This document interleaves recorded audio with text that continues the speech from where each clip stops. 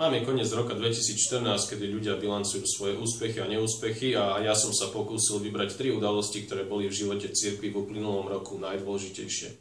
Poprvé, mimoriadna synoda o rodine.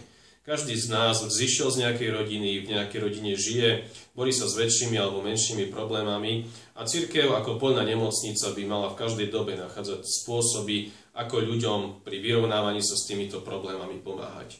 Po druhé, reforma rímskej kúrie. Cirkev nie je mocenská ani finančná inštitúcia, ale kvôli nahromadeným problémom ju mnoho ľudí vníma práve takto. František sa pustil do ráznej organizačnej a finančnej reformy Svätej stolice, ale ako sám povedal v rozhovore pre argentínsky denník La Nación, ani v budúcom roku 2015 nemožno očakávať, že táto reforma bola uzavretým procesom. Po tretie, duchovná reforma.